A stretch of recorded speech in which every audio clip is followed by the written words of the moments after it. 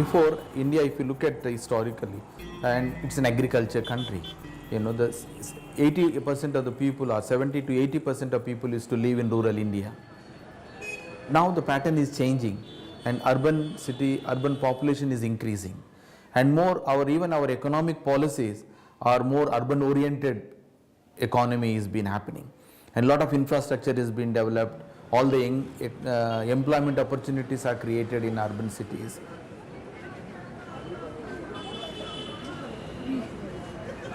So all those traditional crafts people have become, no options they're finding it very difficult to survive in their local situation. So they are also migrating to the urban cities and working as a laborers.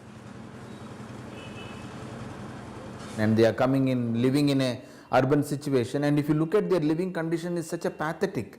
They don't have drinking water, they don't have sanitation, they don't have proper sleeping places, they have to sleepless nights during the rainy season, winter season, and absolutely no security, no social security for them.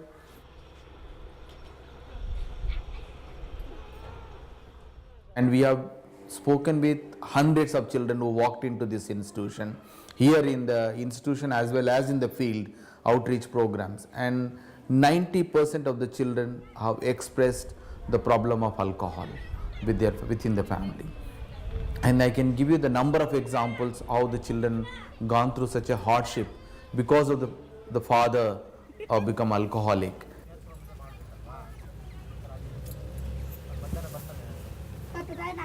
We do work with a large number of women, and we do have many federations, women's federation.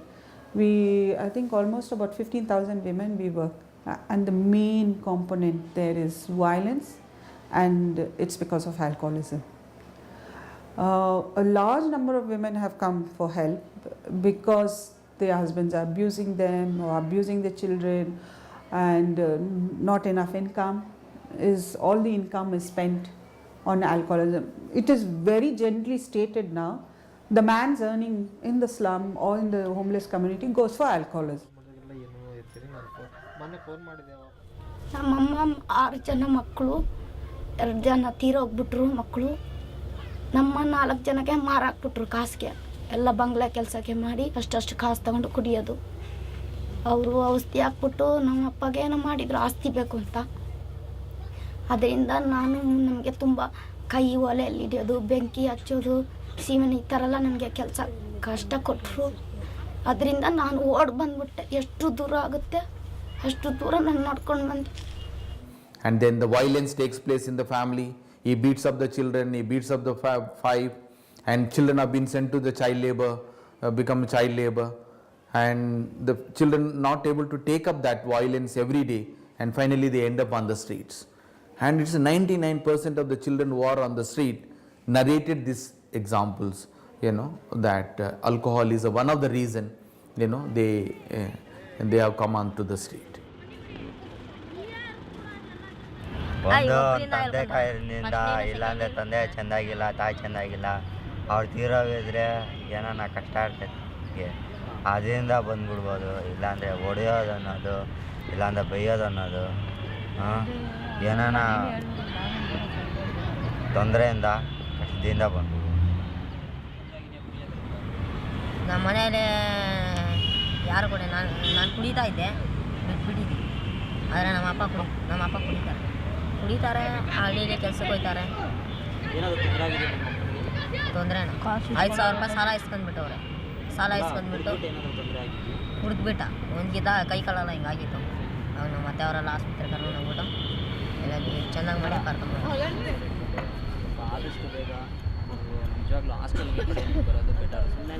Though the child might say that my parents are abusive, I think that you need to look beyond that.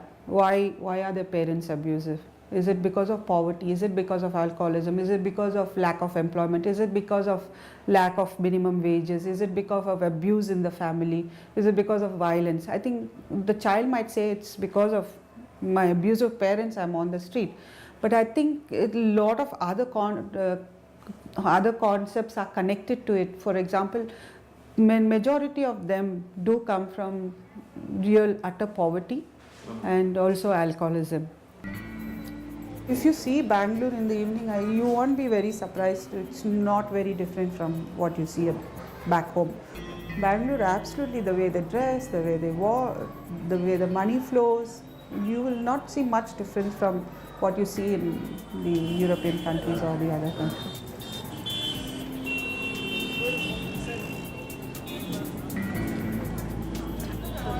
The policy of alcohol policy in India, and I think the alcohol lobby, especially the foreign alcohol industry, that industry lobby is very powerful.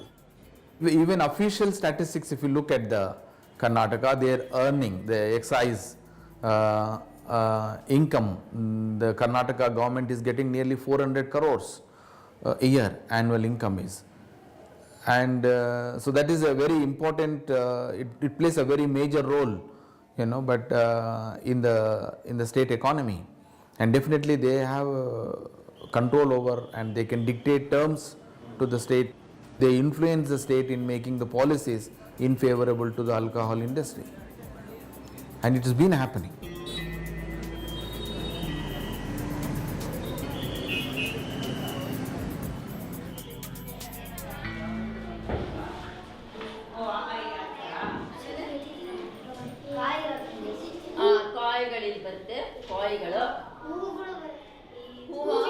The Dream School specially caters to the children who are not in the mainstream of education, those who have been deprived of right to education because of the family reasons or economic reasons or various other reasons. They not even had an opportunity to enter into the mainstream of education.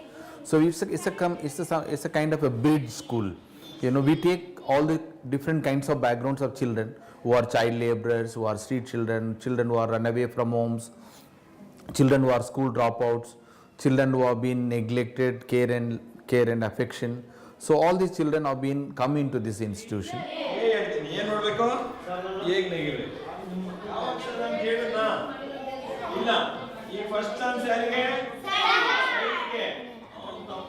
ನನ್ನ ಹೆಸರು ಮಂಜುಳಾ, ನಾನು ಓದ್ತಾ ಇರೋದು SLP. ನಮ್ಮ ಮನೆಯಲ್ಲಿ ನನಗೆ 11. ನಮ್ಮ ಮನೇಲಿ ನಮ್ಮ ಕುಡಿತಿದ್ರು. ಅದಕ್ಕೆ ನಮ್ಮ ಕುಡ್ಬಿಟ್ಟು ಮಾಡ್ಕೊಂಡು ನಮ್ಮ ಅಪ್ಪ ಒಂದು ದಿವಸ ಹೇಳಿದ್ರು, ಕುಡಿಬೇಡ್ದಮ್ಮ ಜಾಸ್ತಿ. ನಾನು ತೊಗೊಂಡು ಕೊಡ್ತಿದ್ದೆ. ನಾನು ಅಂಗಡಿಗೆ ಹೋಗಿ ಸಾಯಂಕಾಲ 2 ಬಾಟ್ಲು ದೊಡ್ಡ ಬಸ್ಲು, ಬೆಳಿಗ್ಗೆ ಒಂದು ಸತಿ, ಸಾಯಂಕಾಲ ಒಂದು ಸತಿ ತಂದು ಕೊಡ್ತಿದ್ದೆ ನಮ್ಮ ಅಮ್ಮಂಗೆ. ಸಾಯಂಕಾಲ ಬೆಳಿಗ್ಗೆ ಮಾತ್ರ. ನಮ್ಮ ಅಪ್ಪ ಒಂದು ದಿವಸ ಬೇಡಮ್ಮ ಹೋಗ್ಬಾರ್ದು, ಡೈಲಿ ಕುಡಿತಾರೆ ನೀವಮ್ಮ ಅಂದರು. ಆಯಿತು ಹೋಗಲ್ಲ ಅನ್ನೋದಕ್ಕೆ ನನ್ನ ಬೈದರು. ಯಾಕಮ್ಮ ಬೈತಿ ಅಂತ ನಾನು ನಮ್ಮ ಅಪ್ಪನ ಹತ್ರ ಹೋದೆ. ಆವಾಗ ನಮ್ಮಮ್ಮ ನೇಣ ಹಾಕ್ಕೊಂಡು ಹೋಗ್ಬಿಟ್ಟಿದ್ರು. What happens to the girl child on the street is always something amazing. You don't know what's happening. After a certain time, they just disappear, and we have very strongly feel that they are lured into prostitution, sex work. Let me take you on a journey into my life. This is my club. I don't own the place, but I might as well, because here I'm king of the hill. I love this place. It's laid back, relaxed, easy going, just like my club. Brewed longer, brewed slower, great tasting, easy drinking. Here I can be myself, show my true colors. This is my life. This is my club, my beer.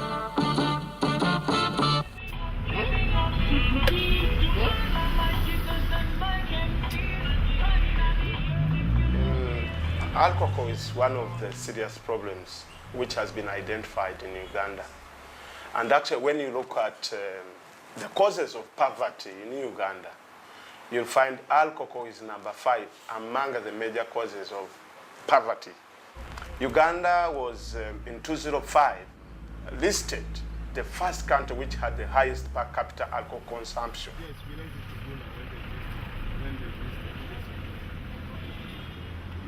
You see, the moment the statistics came out in the newspapers, the alcohol industry knew somebody was going to attack them. Somebody was going to say, look here, look the damage you are causing. Look here, look, see the problem you are causing to the families. They came in very fast because by then the ministry had started a committee. Because there is little money towards mental health and alcohol problems, which has been committed by government. When the committee began sitting, there came a shortage of funding. the alcohol industry, especially the Uganda breweries, said we can assist you to do this, we can assist you to bring an expert, because they have been manipulating the system, they have been denying information. That's how they bring the man on board. They say he's an expert. Interestingly, when you follow what he has been doing in the East and Southern African region, the same. He's been the same man going around, compromising, and nobody has stood up to say no. So what do we get? We get a very compromised draft policy on alcohol. So this is worrying us, and we are calling for a ban.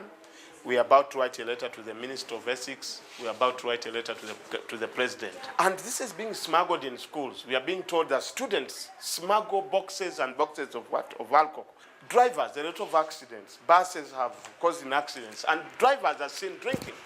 What they do, they put the alcohol here. They drink a bit and put it back. Gin, Beckham. You see Beckham, the famous sprayer? I wonder whether he gave them permission to put on his name. I'm doubtful. And this is the problem we have here. This must be banned. In Kenya, it was banned. In Tanzania, it was banned. Congo said we don't want Uganda waraj of this type. Waraj must be sold in a bottle. Waraj must not be sold like this. You look at that policy, you cry. The policy is not helping Ugandans overcome the alcohol problem. Once in a while, you hear adverts in the media. But the messages they are giving out, they are not helping young people. Their target is to expand market, their target is to increase consumption, and they don't mind about the effects. They don't talk about the effects. It's laid back, relaxed, easy going. Just like my club. Brewed longer, brewed slower, great tasting, easy drinking. Here, I can be myself, show my true colors. This is my life. This is my club, my beer.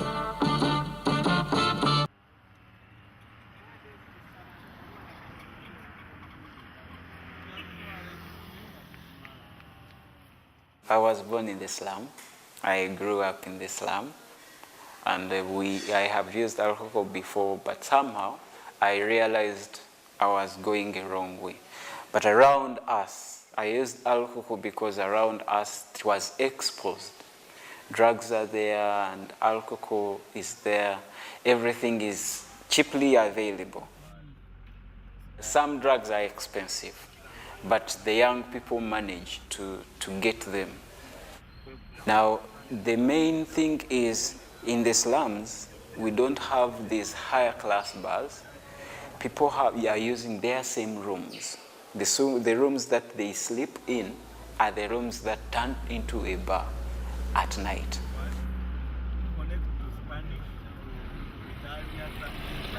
When it comes to the evening from around 4, the people are coming in, the buyers, and they start drinking, they start smoking, they are there shouting for the whole village and so on. If someone who has children, the children are going to be, are the one to be affected. They can't sleep. Maybe tomorrow morning they have to go to school.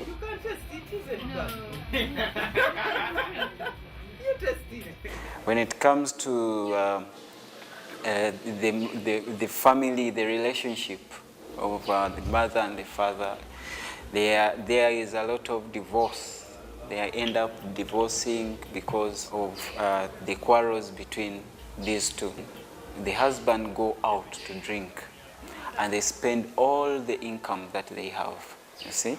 So he or she earns like maybe 60,000 at the end of the month, and before even he reaches home, the money is, everything has been spent. These are some of the problems that are coming up. There is a lot of fighting. There is a lot of immoralities, such as defiling young girls, raping women, and so on.